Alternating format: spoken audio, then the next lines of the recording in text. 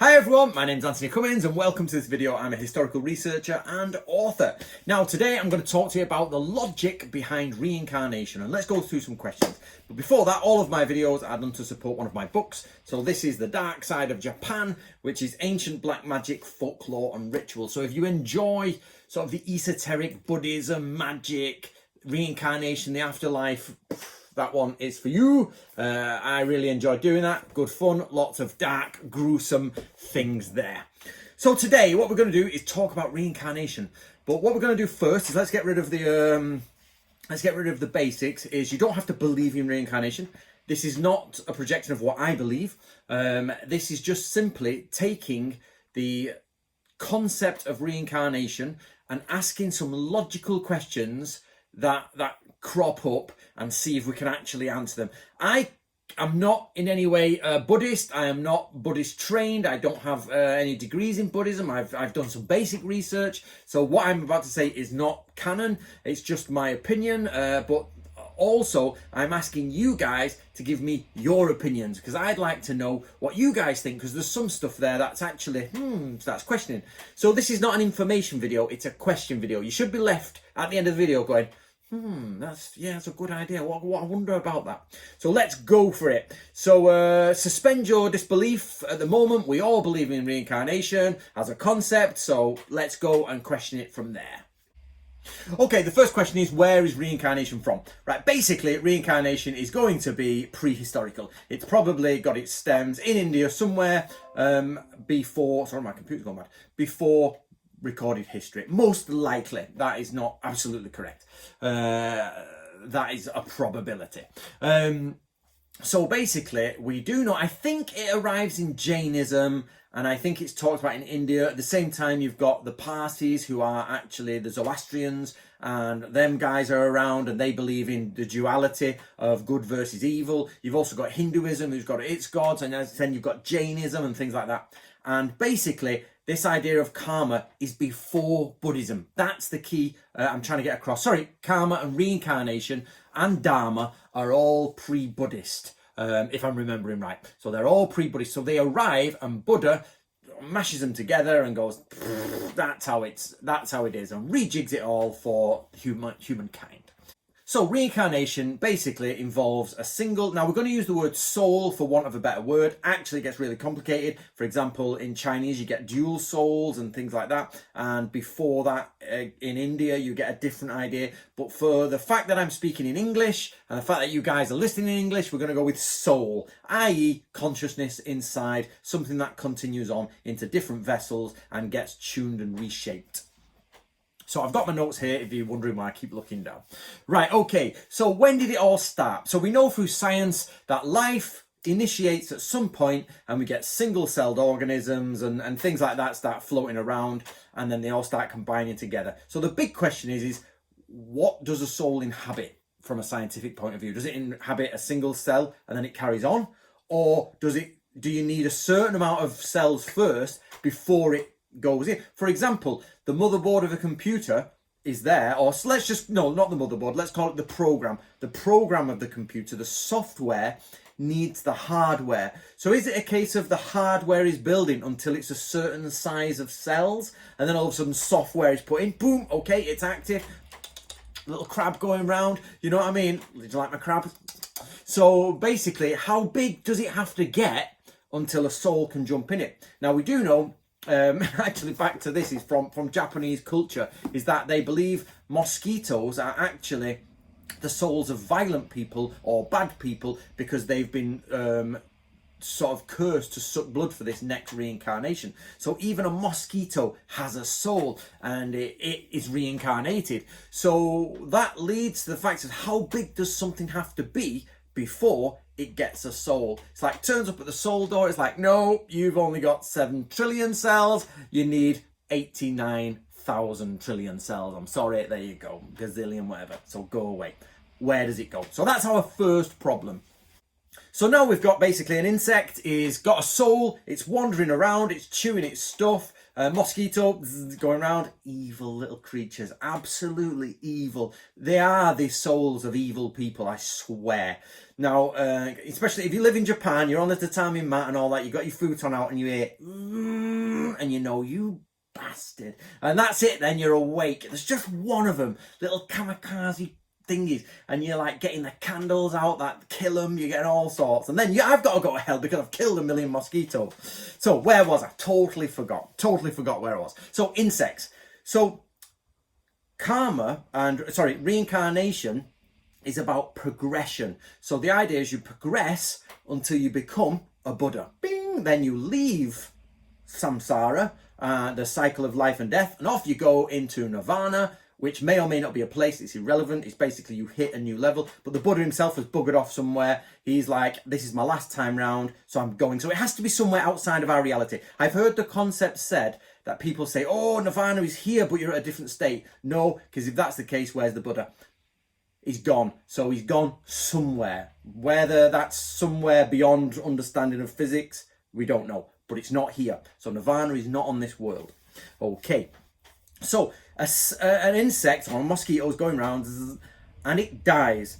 Now, obviously, it's got to go to a council of heaven, or it's got to, there is a software behind everything that says, you've done well this time, you're going here. There's got to be a decision process somewhere. Something, the Tao, heaven, whatever is behind it, and the cosmic counter, I like to call it the cosmic counter, basically. It gets rid of all the connotations of Taoism, Christianity. So basically, the cosmic counter sat there and it goes, you've done bad this time, caterpillar. You ate too many leaves when you were just greedy. So down you go. And then next time this caterpillar comes in, he was like, I'm not going to eat today.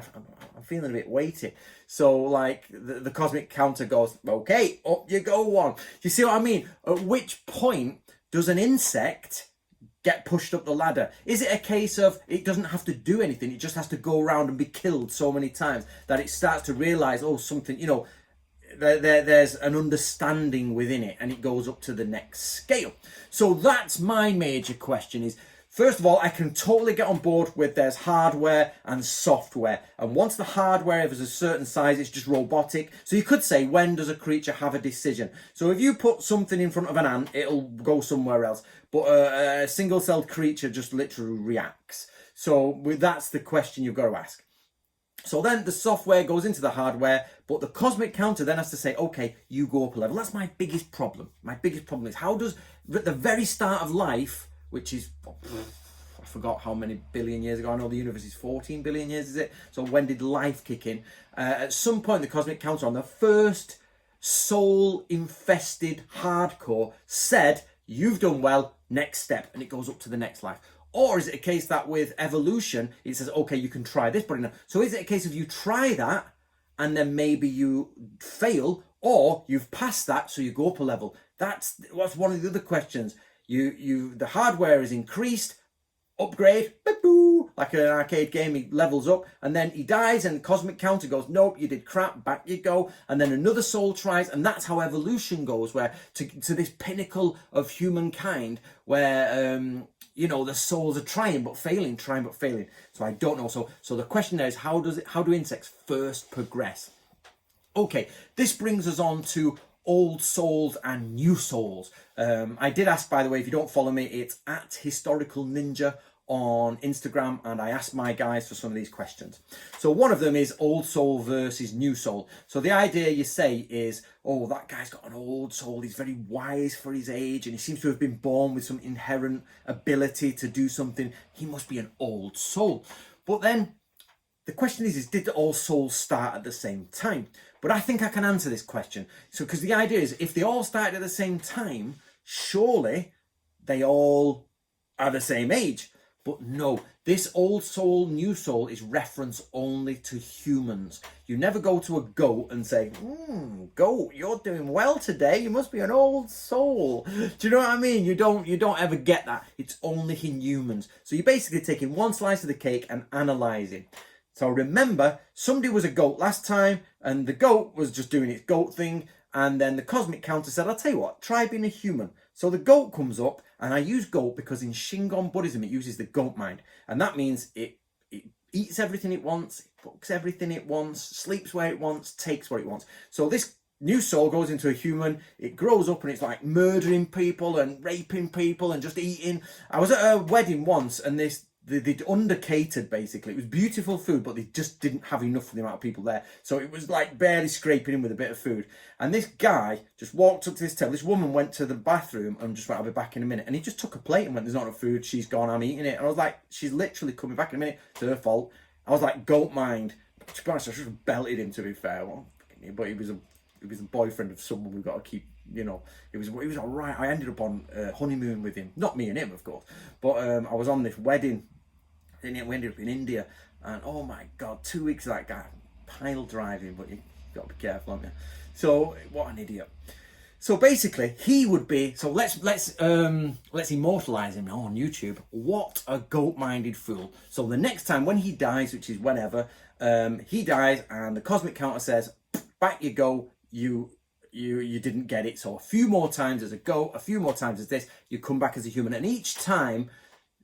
He progresses, and that's the idea. So this idea of an old soul, new soul must be the fact that some people, when they have progressed, they've got to a certain stage and they've stayed within humanity, at least for a certain amount of times. So when a new human or someone with lesser human experience comes in, they're a new soul, i.e. they are new to the human experience, whereas old souls are old to the human experience. But they're both exactly the same age, because it was off we go, the world, life has started. So we've got old soul, new soul.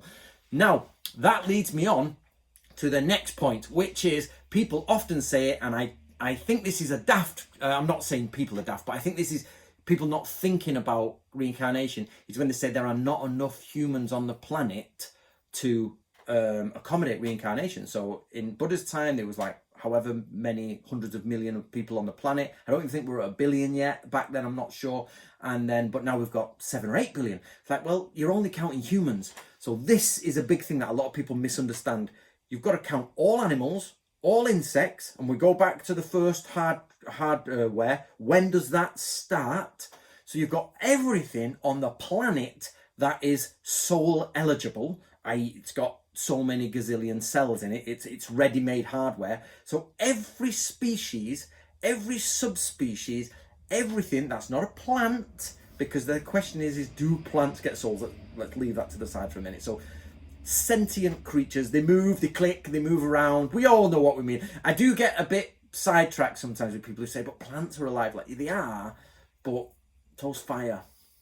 Fire, by definition, is alive. It feeds, it excretes, it moves, it grows, it's got all the elements of being alive. So is a plant.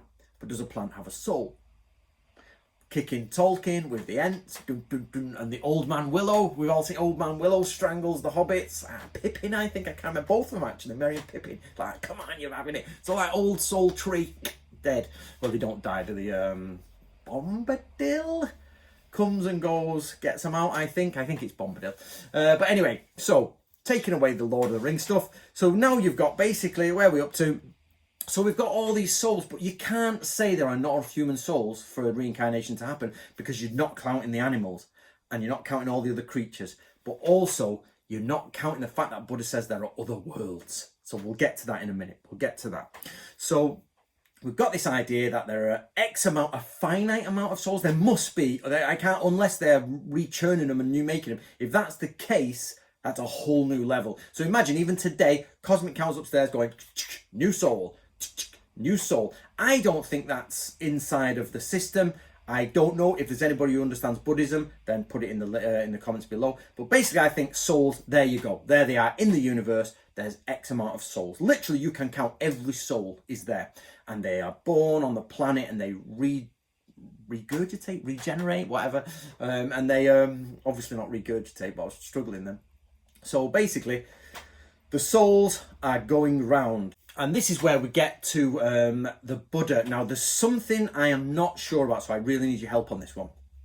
It said, the Buddha said, remember, none of Buddha's writings exist. It's only Buddha said that he had experienced all his past lives and he could see them, because he was literally, he was already enlightened. This is something you have to realize about the Buddha, is he was already enlightened. He was given the doorway. So he goes up on his final journey to the cosmic counter, and they go, off you go, you can leave samsara, you can go to nirvana. And he goes, nah, actually, mate, I'm going to stay behind and help these chums here. So he's like, I've left my chum back at home and I'm going to go sort him out. So he actually refuses nirvana, comes back home to earth and does it one more time. So this is why he is the Buddha, because normally when you reach Buddhahood, you're gone. So these people who tell you they're all enlightened today and they've got certificates for enlightenment and all that, well, why are you still on earth? Question. So he does in Japanese monks, and people know my opinion on Japanese monks. Basically, they're all like, I'm enlightened, I've got a certificate. Really? Well, Cosmic Counter says no. Do you know what I mean? So, no. If you're British, you'll understand that. Computer says no. So, name that program. So basically, the Buddha comes back and he says there are many worlds where many beings are. Does he mean that, I think now please correct me if I'm wrong, guys, the 6 worlds of Buddhism, I think it's 6, human world, animal world, devil, evil world, ghost realm, heaven realm, and something else. I'm sorry if I've got those wrong, but you get the idea. There are 6 realms. Now, whoever's translated it, did they mean other worlds, meaning 6 realms, or did Buddha mean on planet Zargon, there's another 8 trillion souls, and on planet Baguga Huga, wherever that is, we're down in silly language now, there is this many. So that's the question, is when people say there's not enough souls for reincarnation, wrong. That's the only one I'm going to downright say wrong. Buddha himself says there are many worlds. Everybody knows that you reincarnate into different animals. So what would be interesting is for science to actually map the amount of things that exist in the world. Because if you notice, the more humans population explosion happens, the more land they take up, the less animals there are. So you cut down all these forests and then all these animals die, and we're forever hearing about it, like, this amount of forest has gone down, we've lost this creature, they've gone extinct, but yet there's more humans. So is it always a case of there's never a change? It's like animals, humans is always correct. It's not that, it's always correct until it's never one point out. On the cosmic counter, there's never one point out of souls. There they are. So if I've gone on too long about that, sorry, I was just trying to point out, basically, no, there are enough hardwares for enough software to come in. That's fine. So 6 worlds, we've done that. Now this brings us back to karma. Now the reason I was saying karma mistakenly before is because I've been studying for this video, reading up here. And basically, you can't have reincarnation without karma. It's just impossible. The two go hand in hand. If you don't have karma, the soul doesn't learn, and therefore you don't need reincarnation. A whole nother video, but basically that's my point. So, karma is a bitch, as they say, and it really is. So I did that video. If you've not seen it, Black People and Karma, from that question I got asked, please go and watch that video. But basically, karma means there is, and now you have to, this is really complicated. There's potential for something to happen, but let's put this into terms we understand. Otherwise, it goes crazy places. Okay, so in World War I or whatever, shot somebody, killed him. Doesn't matter if I was told to, ordered to. I did it. It's my karma. I cannot pass that karma on. Nothing. So I always think I'm going to die by snake bite. I'm going to be an old man and some snake will bite me. I don't know why. It's always been in my head. So let's go with the snake bite thing. I'm going to be about 89. Prophecy here. I'm going to be 89, bit by a snake and die in my bed. There we go. Prophecy, reincarnation. So going along with my walking stick and a snake bites me, that has got to happen. Now, people say, is it fate? Is it not? Now, we've got to be careful here. The point is, it doesn't matter if it happens on the exact day, if it happens there. That's a total different concept, and it doesn't really matter in this one. It means I shot someone in World War I, and I have to feel the repercussions of that. I have to understand that was wrong. Something bad has to happen to me. Nobody turns up and goes, you did this in 1914 at the Battle of Luz, and Luz, I think it is. And basically, therefore, you are now going to be bit by a snake. Do you understand? Sign this waiver. Oh, sorry, mate. Ninja, please. You know what I mean? Like, that's not going to happen. That's not going to happen. So basically, you've got this idea that something bad happens to you. You've got to get to the point in your reincarnation where you're like, bad things happen. Now, why are they happening? And eventually you go, it's my fault. So, going back to the black people and karma, oppression, Jews, slaughters, white people, so Russians being killed by Nazis, Nazis being killed, there were so many. People go on about Jews in World War II. You look at the death rate of Germans versus Russians. It's ridiculous. Like, the rest of us are here, white Germans, white Russians, are ridiculous. The poor lads who were just ordered to war, and they were boys, and I don't get lots of women died as well, but young lads ordered to go to war or get shot, went out to war, and irrelevant of how racist they were or what they thought. Not all of them were like, you didn't just get Russian one, Nazi one, you know, stamp and put them out. They're all individual people with their own problems and their own views and indoctrination, and millions slaughtered each other, yeah? So what I'm trying to say is, doesn't matter white, doesn't matter black, doesn't matter Jew, doesn't matter Muslim, doesn't matter Christian, doesn't matter. According to karma, and remember we're inside the belief of karma, it's your fault that you die. Your fault, no one else's. So the Russian is going through the woods, it's Stalingrad-esque, you know, he's on the borders of the city, somewhere in a park with like burnt out ash and snow coming down, and he's coming around the corner, and you can, let's imagine it, the Nazi in his helmet, so one of the Russians, one is Nazi, and they see each other, click, click, bang, down he goes. Sorry, click in. I'm unloading there. Sorry, loads, you know, he's putting another one, finds him, bang, dead. Instead of saying, I tell you what, I'm not going to shoot you, mate. You shoot me if you want, but that's your karma. I will take this karma. That's what karma wants you to do. It's like if you're a Russian and you're fighting a Nazi, you've got to put your gun down and say, do as you will, the law of heaven will look after me. And you're going to die. So people say, I trust in heaven, then get shot, and people are like, well, that's bad. Because you're paying your karma off. You can't be like, I trust in heaven. Oh, free pass then. Off you go. Crosses on the left, you know, crucifix down the corridor on the left. It doesn't work like that. So you have to die. The point, anyway, I'll get to that in a minute. That's what we're racing ahead of myself. So basically, if you're getting on an aeroplane, and I hate saying this, I hate tempting fate, but you're getting on an aeroplane, all the 250 of you, old woman, black man, Chinese man, air hostess, air host, cabin crew, whatever you want to call them, every single one of that person is destined to die because their potential comes into that moment. It's like, okay, cosmic counter goes 260 people on that plane who all need to die on their cosmic counter. Not one of them is outside of the, we need, okay, and the two cosmic gods go, all right, put the plane down, done. Plane goes down, everyone dies. Because it's their fault. It's the people's fault. It's their karma. You can't get away from that. That's the problem. But that means they can reincarnate. So they've been through one of the horrible. So remember I did my other videos, cosmic counter goes up, bad, one down. They come again and they've got this fear and they don't know why. It's an irrational fear of flying, but they're like, oh, I need to do something good, you know, and they want to do something good, but other people do something bad. It's like, there you go again, do it again, crash again. So the point is you've got to learn. Sorry, I'm looking at the wrong side of the screen. The bloody camera's on the wrong side of, this is an iPad, and it doesn't put it at the top, so I've got to look at the screen, but my eye keeps sleeping to this side to the record button, so I end up looking for you guys. I'm over there. I'm actually looking right at the screen now, but the camera's offset. It's so annoying. So basically, reincarnation and karma go hand in hand. Karma means, don't get it mistaken with fate. Watch the finger. Don't get it mistaken with fate. Karma means at the right moment, at the right time, for the right people. Well, I say right people, but for those people, something happens, whether it's good or bad. Boom, done. And then you go round again. And it's like, until your counters both get down to zero, and then you go to nirvana. Because by that point, you've worked out, don't do good, don't do bad, just follow heaven's way and just do things with good intent. It gets difficult, that one. But basically, you've got to get it down there and off you go to nirvana, outside of this realm.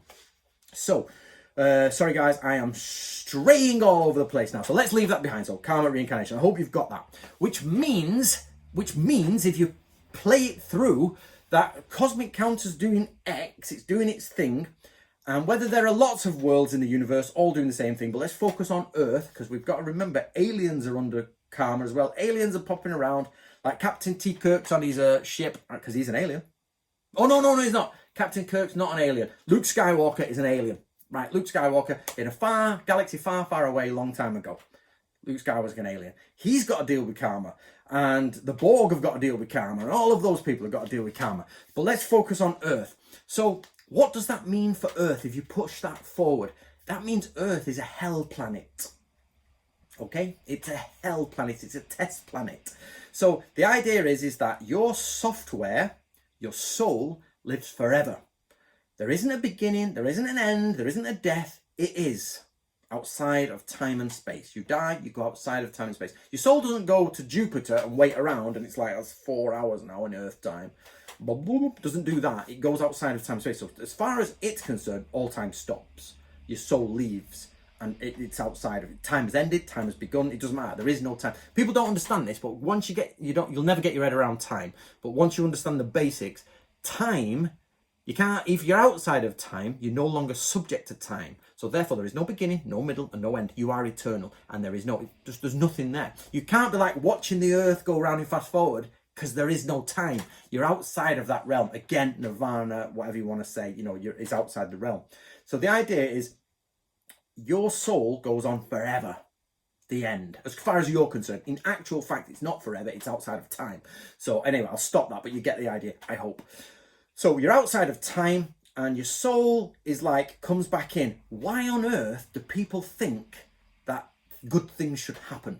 So it perplexes me why they're like, oh, why does God let bad things happen? Whether you use Christian or whatever, why does heaven let bad things happen? Because you're on a hell planet and that's the only reason it exists.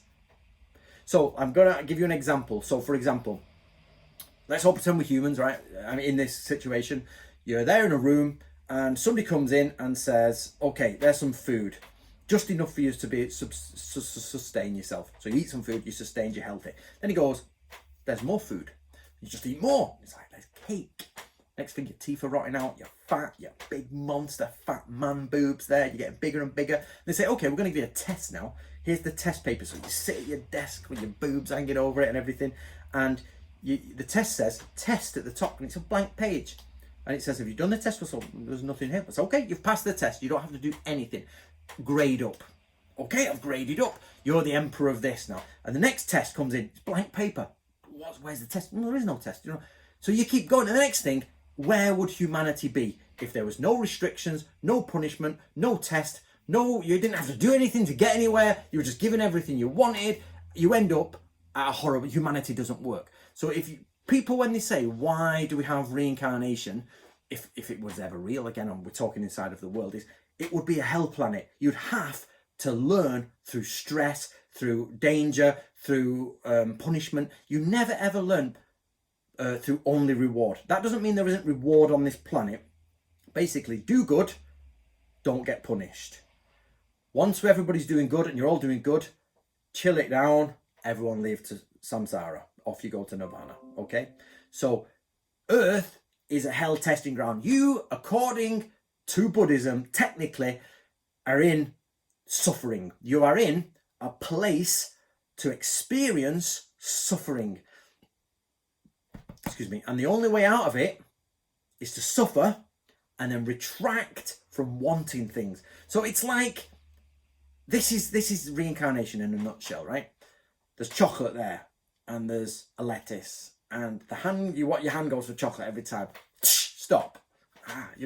So you go for the chocolate, stop. And then like 100 times later, you're like, I'm sick of lettuce. Oh, yeah, lettuce, I don't get hit. And eventually you go for chocolate, it's like, bang. Eventually, it doesn't matter how much chocolate they put about you, you control, you're like this, lettuce, carrot, onion, yep, okay. You're lean, you're trim, you're fit, you're wonderful, you've been stretching. You never ever reach for chocolate again. And the whip is not needed. You're taken out of the room, okay? The next person comes in, oh, chocolate, down, stop it. That's all reincarnation is, that's it. For all the complex things people tell you, when you boil reincarnation down, you're born on a planet of suffering.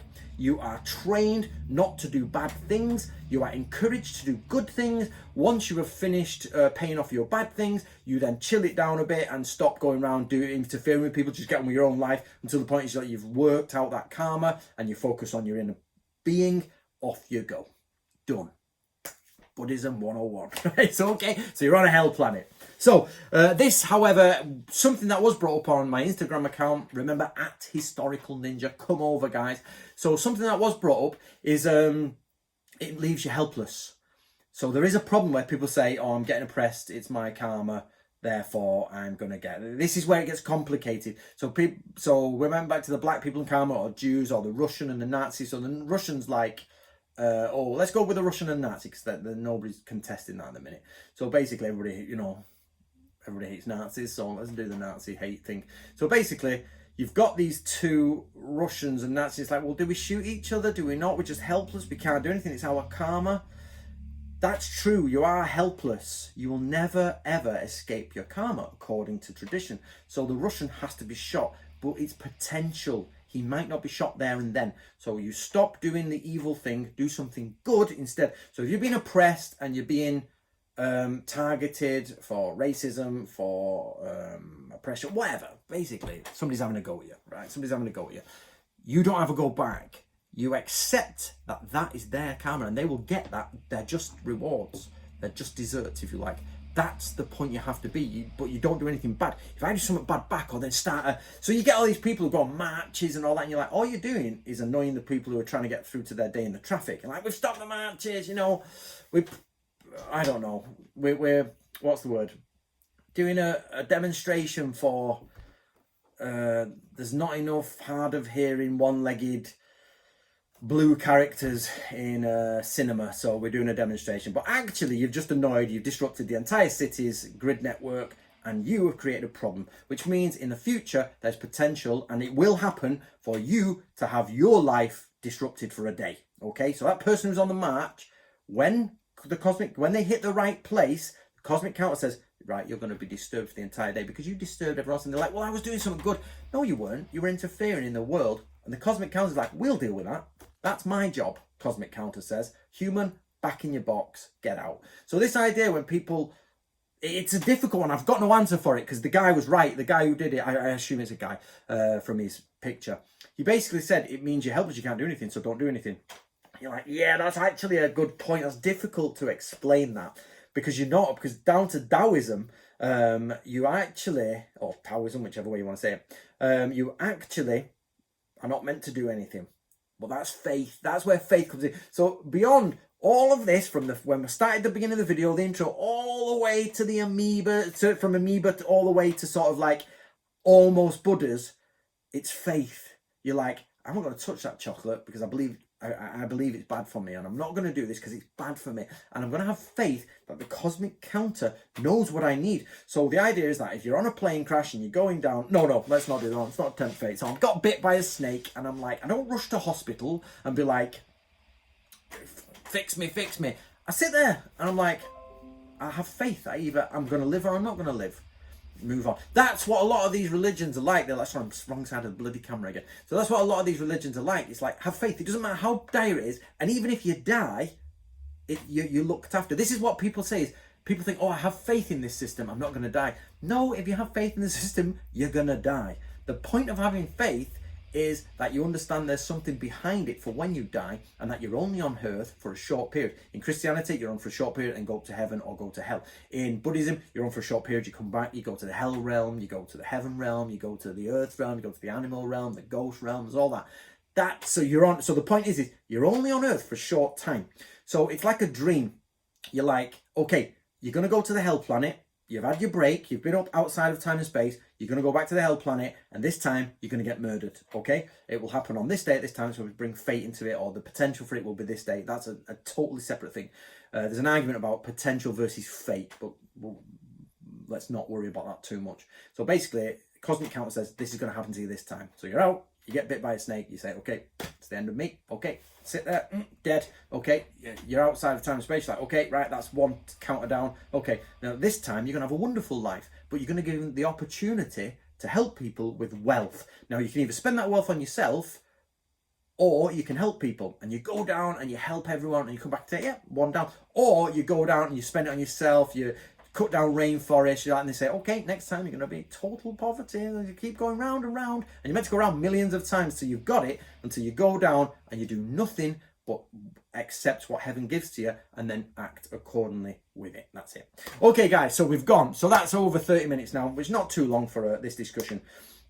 So remember, I don't have any training in Buddhism. I've just read the same as you guys. I just read some books on Buddhism. But this is my logical debate on reincarnation with karma involved in it, okay? So it's my logical debate. What do you guys think? I genuinely want to know what you say. I only tend to come back within 1 week of my comments because I've got so many videos I couldn't keep up.